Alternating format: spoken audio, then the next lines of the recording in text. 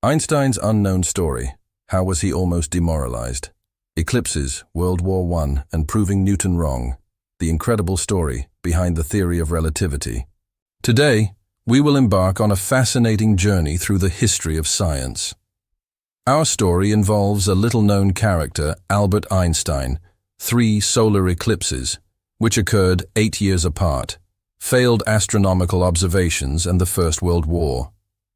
If you like history, science, and learning precious lessons about life, today's video is a great treat.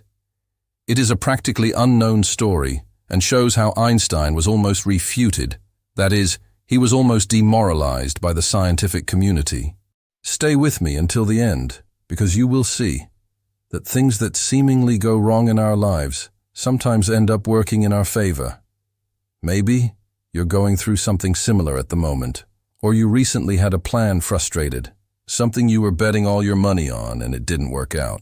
Let's learn a valuable lesson from this incredible story that happened to Einstein.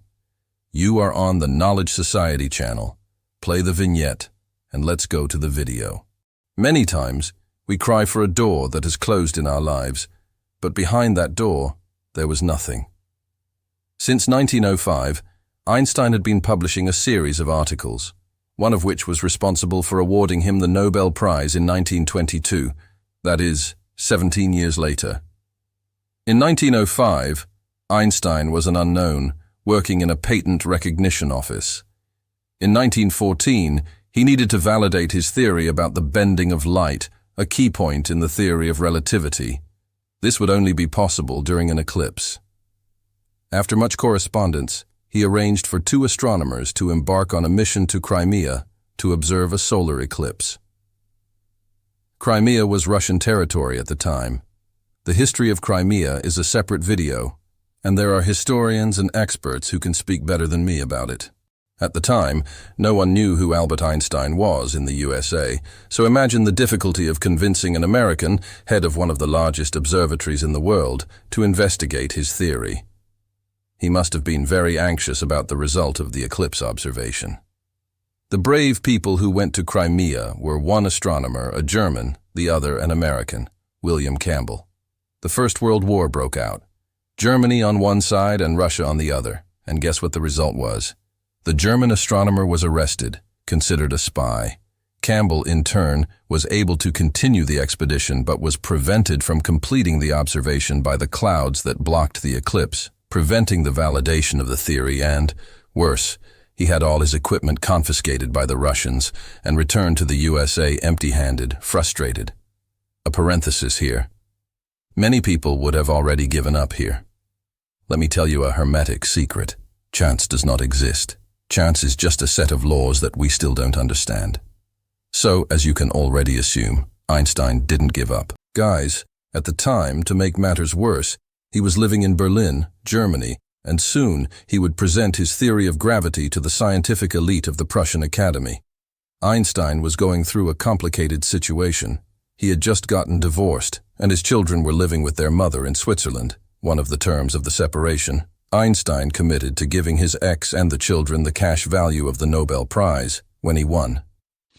This was a lot of pressure for him, as he needed to prove his theory. To make matters worse, he was isolated from his friends in Berlin, because he was one of the few who spoke out against the war. All other scientists applauded the war, including one of Einstein's friends, the German chemist Fritz Haber, who was responsible for developing the toxic gases used in the First World War. This really shook Einstein. Furthermore, in the midst of a war, the city was experiencing a severe shortage of resources. What seemed like darkness was an opportunity for light to shine. Even with so many difficulties, he didn't give up. He used this free time and delved even deeper into science, reviewing theories and calculations. This persistence revealed a crucial error in the original calculations about the bending of light. Now, think with me. Imagine if in 1914, eclipse observations had been successful. Einstein would fall into discredit because his calculations were wrong. Without him realizing it, things were already working in his favor. But see, the challenges are not over. He still needed a well-photographed eclipse, Because the theory of universal gravitation, although revolutionary, would face initial resistance from the scientific community, notably because it challenged the ideas established by Isaac Newton. Friends, Newton was almost a god, as Newtonian theories governed physics for practically 2 centuries as an almost absolute truth. It was vital for Einstein that his theory be proven empirically to gain credibility. Now things are moving forward, but not. In 1918, a new opportunity to see an eclipse.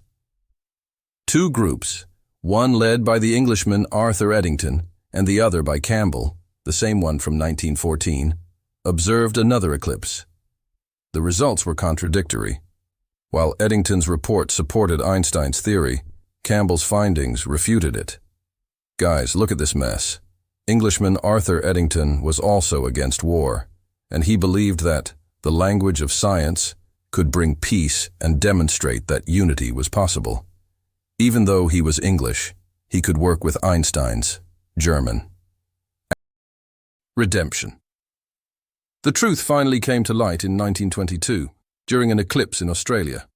With suitable equipment, Campbell and other astronomers confirmed Einstein's theory of relativity, a milestone in the history of physics. Einstein won the Nobel Prize in Physics that same year, not for relativity, which was not yet well understood, but for the photoelectric effect, written in 1905, as I said at the beginning of the video, another of his revolutionary contributions. What lessons can we learn from this story? The first lesson: everything happens when it should happen. I know it sounds cliché, and maybe it even sounds like religious talk. But whatever form you want to call it, God's will, chance, destiny, universe. Something was giving Einstein's research and life a boost. Most likely he did not notice this invisible hand acting in his favor, especially when things went wrong. I want to highlight, leave latent in your vision, Einstein's didn't expect it. It wasn't a question of faith. He didn't stop and wait. He kept crying, or praying, asking for divine intervention. It wasn't a matter of waiting, faith. It was a matter of wanting, of conviction, of action.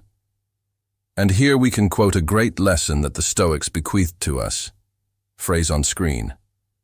When you unlearn to wait, I will teach you to want. Another little word that has fallen into discredit is resilience. This is because they used it so much and indiscriminately, it became fashionable, that people ended up creating a rejection of the word. But note, the great achievements of humanity and our own lives usually require a lot of effort and persistence. How about we see a quote from Einstein himself about this? It's not that I'm that smart, it's just that I stay with my problems longer. Albert Einstein. Understand. The most successful people are those with the greatest ability to solve problems. Einstein's story is an example of perseverance. He believed and bet all his chips on himself. But the big crux of the matter is, if he hadn't reviewed his work, he would never have found the error. And if the first observation of the eclipse, in 1914, had been successful, it would have shown a different result from the calculation, because the calculation was wrong. Repeating the phrase we said at the beginning, many times we cry for a closed door, but behind that door there was nothing. Friedrich Nietzsche said, even the bravest of us rarely have the courage for what we really know. So, it's not enough to know. You have to have courage, really believe, and move forward. As Nietzsche himself says, the secret of happiness is one yes, one no, one line and one goal. Thanks for watching. I hope you were inspired by this incredible story. If you like historical curiosities, I'll leave the link to another video here on the channel called The Pope Who Was Married. Even if you're Catholic, it's a cool video to watch, as long as you put aside that religious emotion and listen to the story to draw your own conclusions. I will recommend a book on the history of science. This book here.